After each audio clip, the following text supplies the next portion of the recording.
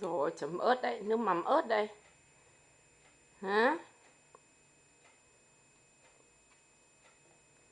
Chỉ nghịch thôi, có ăn uống gì đâu, khổ lắm.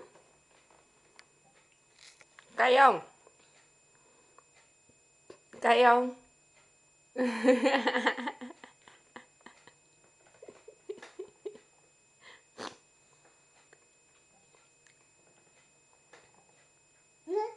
Rồi, rơi rồi.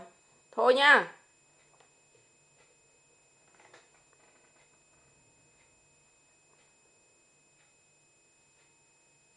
Ôi dồi ôi. Cay chưa? Đưa đây, đưa mama.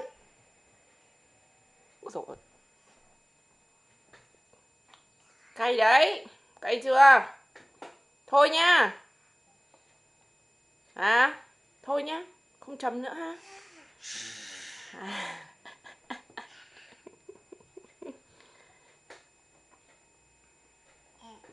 Fini, Fini chưa? Hả? Thôi ha.